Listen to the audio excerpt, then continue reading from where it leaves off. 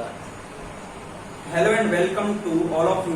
आज के दोस्तों इस वीडियो में हम लोग बात करेंगे वेटलैंड इंटरनेशनल के बारे में। दोस्तों इससे संबंधित हम सारी चीजों के बारे में आपको आज जानकारी देने की कोशिश करेंगे।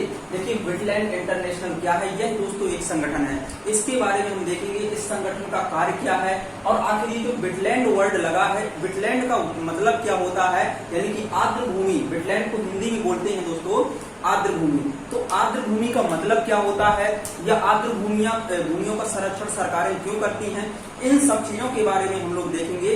दोस्तों चाहे आप किसी भी प्रकार के एग्जाम की तैयारी कर रहे हो, चाहे वनडे एग्जाम से लेकर के आप पीएससी यूपीएससी तक के एग्जाम की तैयारी कर रहे हैं, तो भी यह जो आपका आज का ये मैटर है आप लोगों के लिए बहुत ही ज्यादा जरूरी है। तो दोस्तों इस वीडियो को पूरा देखिएगा। चलिए स्टार्ट करते हैं। देखिए दोस्तों आज हमने ये हालांकि वर्तमान में चर्चा में रहा है वेटलैंड इंटरनेशनल, तो इस कारण से हमने इस पर बात की है यार इसको समझाने की कोशिश कर रहे हैं। देखिए वेटलैंड इंटरनेशनल, तो सबसे पहले हम आपको बता दें कि वेटलैंड इंटरनेशनल दोस्तों एक संगठन है। और दोस्तों इस संगठन की स्थापना अगर देखी जाए तो अंग्रेजों के टाइम पर 1937 में भी की गई थी। लेकिन दोस्तों जब अंग्रेजों के टाइम पर 1937 में वेटलैंड इंटरनेशनल की स्थापना की गई थी, तब इसका नाम वेटलैंड इंटरनेशनल नहीं था। तब इसका नाम क्या था, इंटर वाइल्ड लाइफ इंक्वायरी। क्या था दोस्तों, इंटर वाइल्ड लाइफ इंक्वायरी इसका मुख्य नाम था 1937 में। वेटलैंड इंटरनेशनल का 1937 में नाम क्या था, इंटर वाइल्ड लाइफ इंक्वायरी, ठीक है। लेकिन 1995 में दोस्तों इसका नाम बदल करके वेटलैंड इंटरनेशनल कर दिया गया। 1995 में इसका नाम बदल करके क्या कर दिया गया, वेटलैंड इंटरनेशनल इसका नाम कर दिया गया। यहां तक समझ में आया।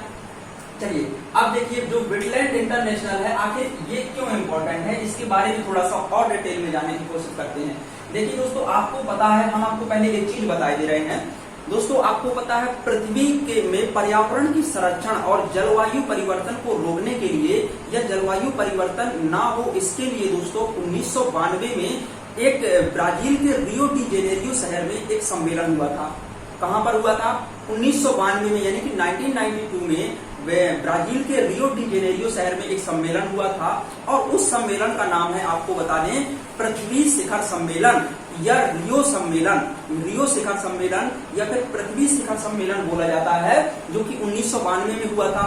पृथ्वी शिखर सम्मेलन 1992 में कहां पर हुआ था, तो ब्राजील यानी कि दक्षिण अमेरिका महाद्वीप का एक देश है ब्राजील, और ब्राजील का एक शहर है रियो डी जेनेरियो। दोस्तों रियो डी जेनेरियो विश्व में सबसे प्रदूषण युक्त यानी कि शोर युक्त शहर कहलाता है, आपका शोर प्रदूषण युक्त शहर है रियो डी जेनेरियो। तो यहीं पर एक पर्यावरण को संरक्षण के लिए एक सम्मेलन हुआ था 1992 में, पृथ्वी शिखर सम्मेलन। दोस्तों जो पृथ्वी शिखर सम्मेलन था, इस सम्मेलन में एजेंडा 21 यानी कि एजेंडा 21 पारित किया गया था। दोस्तों इस बात को ध्यान से आपको सुनना है, एग्जाम में आपसे पूछा जा सकता है कि रियो शिखर सम्मेलन या पृथ्वी शिखर सम्मेलन 1992 का मुख्य मुद्दा क्या था, मुख्य जो पारित किया गया कानून वो क्या था, तो इसका मुख्य विषय था एजेंडा 21। एजेंडा 21 का मतलब होता है दोस्तों 21वीं शताब्दी। तो यह यहाँ पर पारित किया गया था। और इसके अलावा दोस्तों यहाँ पर जब ये आपका रियो पृथ्वी शिखर सम्मेलन हुआ था, तो दोस्तों इस पर शुरुआत में 172 देशों ने भाग लिया था। कितने देशों ने भाग लिया था, 172 देशों ने भाग लिया था। और ये जो दोस्तों 172 देश थे, यही देश UNFCCC यानी कि यहाँ पर लिखते हैं UNFCCC, तो इसके सदस्य बन गए। दोस्तों यहाँ पर UNFCCC की स्थापना भी की गई थी, United nation framework convention on the climate change. तो दोस्तों अगर आपसे पूछा जाए कि UNFCCC की स्थापना कब की गई थी, तो आप लोग यहाँ पर बता देंगे कि इसको 1992 में इसको बनाया गया था। United nation framework convention on the climate change 1992 में इसको बनाया गया था। ये कब बनाया गया था, 1992 में, पृथ्वी शिखर सम्मेलन के दौरान। और UNFCCC इसका काम क्या होता है, पर्यावरण संरक्षण करना और पर्यावरण संरक्षण के लिए आवश्यक कानून बनाना। तब दोस्तों यहाँ पर एक सहमति बनी थी जब 172 देशों ने इस पर भाग लिया था शुरुआत में 1992 में। तो दोस्तों यहाँ पर एक सहमति बनी कि हम लोग हर साल एक बैठक करेंगे और हर साल वो जो बैठक होगी उस बैठक को क्या बोलेंगे, COP यानी कि कोप। उस बैठक को हम लोग क्या बोलेंगे, कोप बोलेंगे, यानी कि कॉन्फ्रेंस ऑफ पार्टीज बोलेंगे उन सभी बैठकों को जो हर साल आयोजित की जाएगी UNFCCC सदस्यों के द्वारा। तो दोस्तों जो आपके UNFCCC में 172 सदस्य थे, उन सभी सदस्यों ने कोप की प्रत्येक साल बैठक आयोजित करनी चालू कर दी। लेकिन दोस्तों कोप की पहली बैठक 1992 में नहीं हुई थी। हालांकि 1992 में यह संगठन आपका बन गया था। इसकी पहली बैठक हुई थी आपकी 1995 में। 1995 में कोप की पहली बैठक हुई थी और इसके बाद फिर 96, 97 हर साल एक एक बैठक होती चली गई। आप देख सकते हैं कि कोप 26 यानी कि 2021 में दोस्तों कोप 26 यानी कि कॉन्फ्रेंस ऑफ पार्टी की 26वें नंबर की बैठक हुई है। दोस्तों 2020 में इसकी बैठक नहीं हुई थी कोरोना के कारण। तो इन सब के बारे में अभी हम थोड़ा सा आगे बात करेंगे कि कोप 26 में भारत का क्या मुद्दा रहा है, इस पर भी हम थोड़ा सा बात करेंगे। लेकिन इससे पहले हम आपको यहाँ पर थोड़ा सा ले आ रहे हैं। देखिए 2 फरवरी 1971 को ईरान का एक शहर है दोस्तों रामसर। 2 फरवरी 1971 को ईरान के एक शहर रामसर में, दोस्तों रामसर कैस्पियन सागर के किनारे है, आप वर्ल्ड मैप में देख सकते हैं। तो कैस्पियन सागर के किनारे रामसर शहर में एक समझौता हुआ था दोस्तों, और यहाँ पर पहली बार दोस्तों फर्स्ट बार विश्व आर्द्रभूमि दिवस मनाने की बात हुई थी। ठीक है, तो ये रामसर समझौता कहलाता है, जिसको आप लोग बोलते हैं रामसर कन्वेंशन या रामसर साइट। फिर यहीं से चालू किया गया कि कुछ ऐसी भूमियां होती हैं, कुछ ऐसे क्षेत्र होते हैं जो कि बहुत संकटग्रस्त होते हैं, निकट भविष्य में उनकी खत्म होने की संभावनाएं होती हैं, तो ऐसे क्षेत्रों को हम रामसर साइट में डाल देते हैं। रामसर साइट में जब कोई स्थान, जब कोई प्लेस डल जाता है दोस्तों, तब क्या होता है कि वहां पर इंटरनेशनली सभी विश्व के सभी देश उसको संरक्षण करने का कार्य करते हैं। तो रामसर की स्थापना, रामसर की पहली बैठक यहाँ पर कब हुई थी, रामसर की स्थापना तो दोस्तों 1971 में रामसर में हुई थी। रामसर एक एक्चुअल में एक प्लेस है ईरान में कैस्पियन सागर के किनारे। तो यहाँ पर दोस्तों निर्णय लिया गया कि हम विश्व आर्द्रभूमि दिवस मनाएंगे, लेकिन पहली बार विश्व आर्द्रभूमि दिवस 1997 को मनाया गया। एग्जाम में पूछा जा सकता है कि पहली बार विश्व आर्द्रभूमि दिवस कब मनाया गया। तो दोस्तों पहली बार विश्व आर्द्रभूमि दिवस आपका 1997 में मनाया गया। इसको आप लोग इतना यहाँ पर याद रखेंगे। ठीक है, अब देखिए अगर हम आपको बात बताएं यहाँ पर, तो भारत में वर्तमान में अगर देखा जाए तो 49 यानी कि 49 रामसर स्थल हैं। वर्तमान में भारत में कितने रामसर स्थल हैं? 49, यानी कि भारत में 49 प्लेस को रामसर साइट के अंतर्गत रखा गया है। वर्तमान का ये हाल ही का डाटा है। 49 ऐसे स्थान हैं जिनको रामसर साइट में रखा गया है, यानी कि विश्व के सभी देश इनको संरक्षण देने का कार्य कर रहे हैं। वेटलैंड ये दोस्तों भारत में है। ठीक है, विश्व में तो दोस्तों बहुत सारे हैं रामसर साइट। देखिए अब वेटलैंड क्या होता है, जो यहाँ पर वेटलैंड वर्ड आया था, ये वेटलैंड क्या कहलाती है। तो देखिए यहाँ पर वेटलैंड एक ऐसा क्षेत्र होता है, एक ऐसा क्षेत्र होता है जहाँ पर दोस्तों भरपूर नमी होती है, जहाँ पर बहुत ही ज्यादा जिस जमीन में नमी होती है, यानी कि दलदलीय क्षेत्र होता है, या फिर जहाँ पर वर्ष भर पानी भरा होता है। ठीक है, तो ऐसे क्षेत्रों को हम वेटलैंड कहते हैं। वेटलैंड यानी कि वेटलैंड का मतलब ही होता है आर्द्र क्षेत्र, यानी कि वहां पर नमी हो, वर्ष भर यहाँ पर पानी भरा रहे, तो ऐसे क्षेत्र को हम लोग बोलेंगे ये वेटलैंड एरिया है। क्लियर। अब देखिए यहाँ पर होता क्या है, इंपॉर्टेंस ऑफ वेटलैंड थोड़ा सा देख लेते हैं, क्योंकि यदि आप एमपीपीएससी या फिर यूपीएससी का मेंस एग्जाम लिखेंगे तो वहां पर पूछा जा सकता है कि वेटलैंड क्या कहलाते हैं एवं इसके महत्व को समझाइए। तो दोस्तों आप यहाँ से एक आपका मेंस यूपीएससी हो या फिर प्री एमपीपीएससी का, सॉरी एमपीपीएससी का मेंस हो या फिर यूपीएससी का, यहाँ पर आपको मेंस में आपको क्वेश्चन लिखने के लिए आते हैं, तो आपका ये क्वेश्चन डिजाइन वो लोग कर सकते हैं कि वेटलैंड क्या कहलाते हैं, what is the wetland and what is the importance of the wetland. तो ये आपको पूछा जा सकता है, तो आप लिख सकते हैं वेटलैंड की परिभाषा पहले आप इस हिसाब से बता सकते हैं कि ऐसा क्षेत्र जहाँ पर भरपूर नमी हो एवं जो वर्ष भर जलमग्न रहता हो उसको हम वेटलैंड कहते हैं। वेटलैंड का महत्व देखिए सबसे पहला महत्व है दोस्तों वेटलैंड का, जो वेटलैंड एरिया होते हैं, जो आर्द्र भूमि होती हैं, उनको दोस्तों बायोलॉजिकल सुपरमार्केट कहा जाता है। क्या कहा जाता है? बायोलॉजिकल सुपरमार्केट, यानी कि यह दोस्तों जो है एक ऐसे क्षेत्र होते हैं जहां पर फूड वेब बहुत ज्यादा विस्तृत होती है। फूड वेब का मतलब होता है दोस्तों खाद्य जाल। यहाँ पर खाद्य जाल बहुत ही ज्यादा विकसित अवस्था में आपको पाई जा सकती है, विभिन्न प्रकार के जीव जंतु यहाँ पर पाए जा सकते हैं। तो ऐसे क्षेत्र होते हैं दोस्तों बायोलॉजिकल ऑफ द सुपरमार्केट, किसको कहा जाता है? तो यहाँ पर ये जो वेटलैंड एरिया होते हैं इनको हम लोग बायोलॉजिकल सुपरमार्केट कहते हैं। एक तो इम्पोर्टेंस इसका यही है।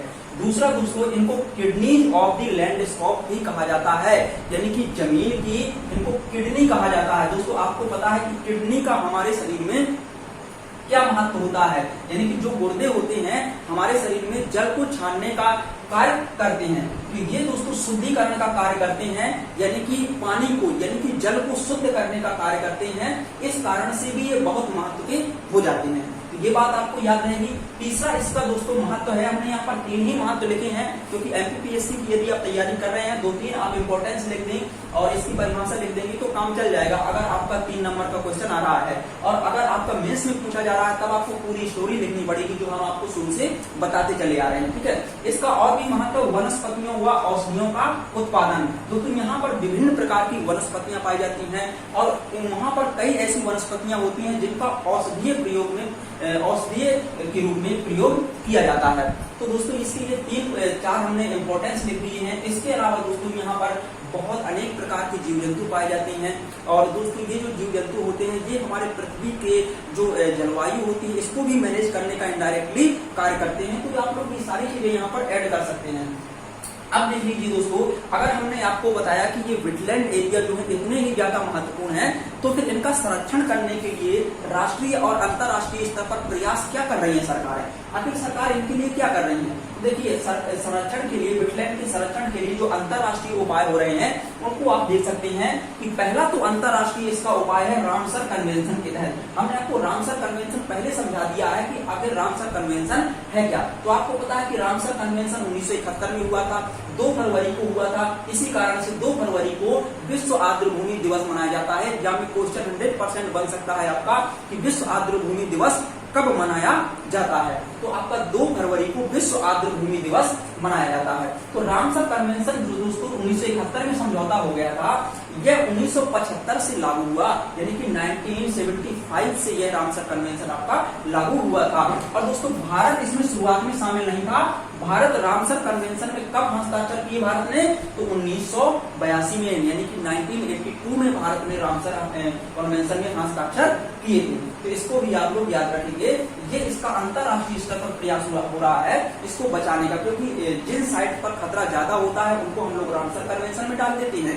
तो इसके माध्यम से क्या होता है, फिर सरकारें उनको संरक्षित करने के लिए बाध्य हो जाती है, अंतर्राष्ट्रीय कानून उन पर लगते हैं। तो इस कारण से हम इस तरह से हम लोग रामसर जो आपकी वेटलैंड एरिया होते हैं उनको हम संरक्षण देने का कार्य करते हैं। दूसरा, हम यदि कोई ज्यादा एंडेंजर्ड एरिया है, ज्यादा यहाँ पर बहुत ही ज्यादा सुविधा है, तब हम उसको क्या करते हैं, मॉन्ट्रैक्स रिपोर्ट में शामिल कर लेते हैं।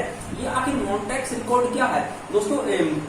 मॉन्ट्रैक्स जो है आपका, यह भी एक आपका समझौता ही हुआ था। कोप की एक बैठक हुई थी और जो कोप की बैठक मॉन्ट्रैक्स में हुई थी, तो इसी के नाम पर इसका नाम रख दिया गया मॉन्ट्रैक्स रिकॉर्ड। तो दोस्तों मॉन्ट्रैक्स रिकॉर्ड में ऐसी आर्द्र भूमियों को शामिल किया जाता है कि जो मतलब अंतर्राष्ट्रीय महत्व की हो, जो राष्ट्रीय महत्व की बस ना हो, अंतर्राष्ट्रीय महत्व की हो, यानी कि इंटरनेशनली उनका इम्पोर्टेंस बहुत ही ज्यादा हो। तो ऐसे क्षेत्रों को हम लोग थोड़ा सा ज्यादा इम्पोर्टेंस देने के लिए रामसर सूची की से हटा करके हम उसको मॉन्ट्रैक्स रिकॉर्ड में शामिल कर देते हैं। मतलब रामसर सूची में तो रहेगा ही, रामसर साइट में उसका नाम रहेगा, लेकिन मॉन्ट्रैक्स रिकॉर्ड में भी शामिल कर देते हैं। जब कोई स्थान मॉन्ट्रैक्स रिकॉर्ड में शामिल हो जाता है तो इसका मतलब ये हो जाता है आपका कि अब उसको बहुत ही ज्यादा ध्यान देना है।